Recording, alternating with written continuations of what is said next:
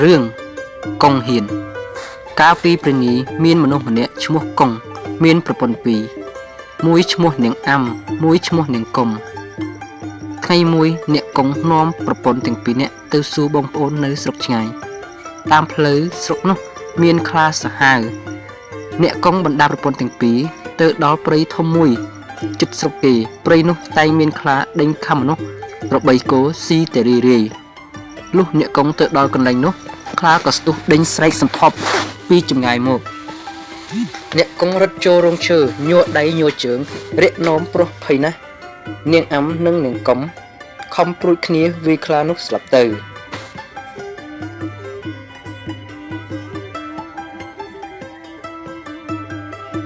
ឯអ្នកកុងឃើញប្រពន្ធវាយខ្លាស្លាប់ហើយបានស្ទុះម្នីចេញពីរោងឈើមកយកដំបងវាយខ្លាស្លាប់ស្រាប់នោះថែមទៀតប្រពន្ធទាំងពីរបន្ទោសប្តីថាខ្លាគេវាយងាប់ហើយធ្វើជាមកវាយថែមទៀតប្រុសអីកំសាក់ញីដូច្នេះអ្នកកុងជេរបំពេញទៅប្រពន្ធថាមិនដែលមានស្រីណាវាយខ្លាស្លាប់ទេមានតែមនុស្សប្រុសទើបហ៊ានវាយខ្លាទោះតែស្លាប់ហើយអ្នកកុងក៏បានបោចវัวចងខ្លានោះនាំប្រពន្ធសែងចូលទៅក្នុងស្រុកអស់អ្នកស្រុកឃើញអ្នកកុងសែងខ្លាមកគេបបួលគ្នាទៅមើលពីពេញហើយគេសួរថាឯងធ្វើដូចម្ដេចបានជាបានខ្លានេះធ្វើខ្លានេះសាហាវណាស់វាតែងតែខំមនុស្សនាក្របីគោស៊ីច្រើនណាស់ប្រពន្ធអ្នកកុងក៏និយាយប្រាប់អ្នកស្រុកថាអ្នកកុងគាត់ឃើញខ្លាវាបោះមកគាត់រត់ចូលក្នុងរោងឈើខ្ញុំពីរអ្នកជាស្រីព្រួចគ្នាវាទោះតែស្លាប់អ្នកកុងឮប្រពន្ធនិយាយប្រាប់គេដូច្នោះក៏បញ្ចូលរំលោភទៅលើប្រពន្ធថាមិនដែលមានស្រីណាខ្លាំងពូកែហ៊ានវាយខ្លាស្លាប់ទេមានតែប្រុសទើបខ្លាំងពូកែហ៊ានវាយខ្លាឲ្យស្លាប់បានអ្នកកុងក៏អួតប្រាប់អ្នកស្រុកថាការដែលខ្លាវាស្ទុះមកនឹងខំដូច្នេះខ្ញុំដាក់ស្នៀតគុណដូច្នេះបានជាវាបានហើយអ្នកកុងធ្វើជាលុតគុណវាខ្លាឲ្យអ្នកស្រុកមើលឯអស់អ្នកស្រុកកោតខ្លាចអ្នកកុងរួលគ្នាហើយឲ្យឈ្មោះថាកុងហ៊ានតាំងពីថ្ងៃនោះមកឮល្បីឈ្មោះកុងហ៊ានជាអ្នកពូកែចេះគុណវាខ្លាស្លាប់រឿងនេះជ្រាបដល់ស្ដេចក៏ឲ្យយកទៅចិញ្ចឹមធ្វើជាសេនាសម្រាប់ច្បាំងសង្គ្រាម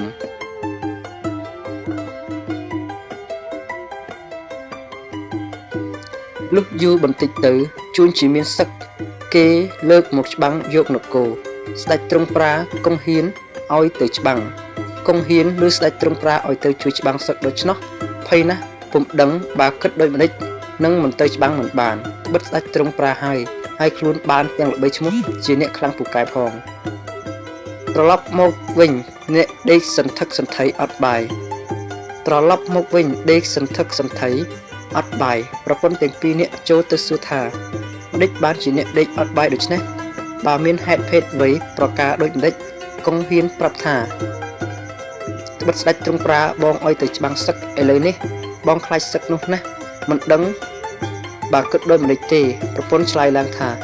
អ្នកកុំព្រួយចិត្តធានាលើខ្ញុំទាំងអស់អ្នកក្រោកឡើងពិសាបាយឲ្យឆ្អែតងូតទឹកឲ្យស្រួលខ្លួនចុះកុងហ៊ានឮប្រពន្ធលួងលោមដូច្នោះបានធូរក្នុងចិត្តក្រោកឡើងងូតទឹកស៊ីបាយរៀបគ្រឿងប្រដាប់ទៅច្បាំងលុះរៀបរួចហើយដល់ពេលវេលាល្អក៏ចូលទៅក្រាក់បង្គំលាស្ដេចចេញទៅច្បាំងយកទាំងប្រពន្ធទាំងពីរទៅផងកុងហ៊ានជិះក្បាលដំរីប្រពន្ធជិះខាងក្រោយមានរេពុនហែហោមអមមុខក្រោយជាក្បួនទ័ពរៀបត្រាពេះពេញលុះជិះទៅជិតខ្មាំងសត្រូវមើលឃើញច្បាស់ប្រកាសកុងហ៊ានភ័យណាស់លិចអាចលិចនោមញ័រដៃញ័រជើងដូចគេអង្រួនក្បាលដំរីឯដំរីគិតស្មានថាគេអង្រួនឲ្យខ្លួនបល់ចូលក៏ចេះតែបល់សម្រុកចូលទៅមុនរេពុលទាំងអស់គ្មាននរណាតាមទាន់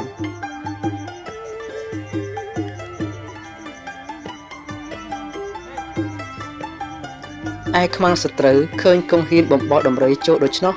គិតស្មានថាមេតបនេះពូកែណាស់ក៏បាក់ទប់ចាញ់រត់យកតែព្រះអាយុដោយខ្លួនទៅកុងហ៊ានឃើញខ្មាំងរត់ទៅអស់ក៏ធ្វើជាអួតក្អេងក្អាងឲ្យអស់នីមឿននិងរេពុនកោតខ្លាចអស់នីមឿនឃើញកុងហ៊ានលិចអាចដាក់ក្បាលដំរីស្អុយពេះពេញដូច្នេះគេសួរថាលោកមេតបធ្វើក៏លិចលិមុខដូច្នេះកុងហ៊ានឆ្លើយឡើងថាបើកំពុងតែច្បាំងនឹងសត្រូវហើយឈឺផ្ទៃនឹងចុះទៅដោះទុកសត្វឯណាបានមានតែដោះទុកសត្វលើក្បាលដំរីដូច្នេះឯងបើរវល់តែដោះទុកសត្វ ខ្មាំងវាមិនកាប់ស្លាប់ឥតអំពើទៅហើយឬ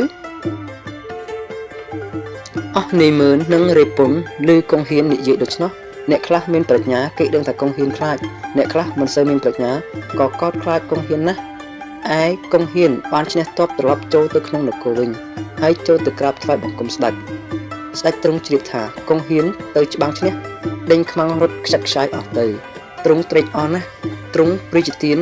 យុស័ក្តិជានិមន្តធំហើយព្រះរាជទានព្រះរាជទ្រព្យគ្រឿងបណ្ណាការជាច្រើនតាំងអំពីថ្ងៃនោះមកកងហ៊ានរត់តែអ៊ូតខ្លាំងពូកែក្អេងក្អាងឡើងទៀតលុះក្រោយមកទៀតមានក្រពើសាហាវមួយចេះតែដេញខំអស់មនុស្សម្នាអ្នកឈ្មួញជួញដូរលក់ដាររកស៊ីខាងជើងទឹកជើងកំពង់គេខ្លាចរអាគ្រប់គ្នាមិនមានអ្នកណាហ៊ានចុះមួយទឹកឬដាងុទឹកសោះអស់រះលំបាកចិត្តណាស់រឿងនោះក៏ជ្រាបទៅដល់ស្ដេចទ្រង់ត្រាស់ប្រាឲ្យកងហ៊ានទៅចាប់ក្រពើឯកងហ៊ានឮព្រះបន្ទូលដូច្នោះនឹកភ័យណាស់ប៉ុន្តែមិនហ៊ានទៅតឹងព្រះបន្ទូលក៏ទទួលថានឹងយកអាសាសូមទ្រង់កំពួយព្រាជហឫទ័យកងហ៊ានត្រឡប់មកដល់ផ្ទះនិយាយនឹងប្រពន្ធថាគេហើយឥឡូវនេះស្ដេចទ្រង់ប្រាឲ្យយើងទៅចាប់ក្រពើក្នុងទន្លេបិទក្រពើសាហាវណាស់ម្ដងនេះឃើញជាមិនរួចខ្លួនទេមុខជាក្រពើខំស្លាប់មិនខានពីមុននៅលើគោកក្រំនឹងឃើញឥឡូវនេះនៅក្នុងទឹកធ្វើអាមេរិកនឹងកិច្ចរួចប៉ុន្តែស្ដេចទ្រង់ប្រាហើយនឹងមិនទៅក៏មិនបានបើដូច្នេះមានតែទៅលុតទឹកឲ្យក្រពើខំស្លាប់តែម្ដងទៅកងហ៊ានគិតគ្នានឹងប្រពន្ធដូច្នោះហើយក៏ហៅកូនក្មួយមកធ្វើជាចាប់ក្រពើអស់មនុស្សម្នាមហាជនបានឮថាកងហ៊ានបានទៅចាប់ក្រពើក៏បបួលគ្នាទៅមើលពីពេញលុះកងហ៊ានទៅដល់កំពង់ទឹកបានឃើញក្រពើហែមកប្រប់ច្រាំងត្រង់ទីដែលមានដើមឈើពីរដើមដុះជិតគ្នាមានប្រកៀបគាត់ក៏ស្ទុះលោតចុះទៅក្នុងត្រង់គាត់ក៏ស្ទុះលោតចុះទៅក្នុងទឹកត្រង់ទីនោះដោយគិតថាលោតទៅឲ្យក្រពើវាខំឲ្យស្លាប់ទៅទេប៉ុន្តែក្រពើវាលឺសូរសន្ធឹកកងហ៊ានលោតចុះក៏ភ្ញាក់ព្រឹតប្រឹងលោតឡើងដូចគេប្រហក់ក្នុងប្រកៀបឈើជួបពាក្យកណ្ដាលខ្លួន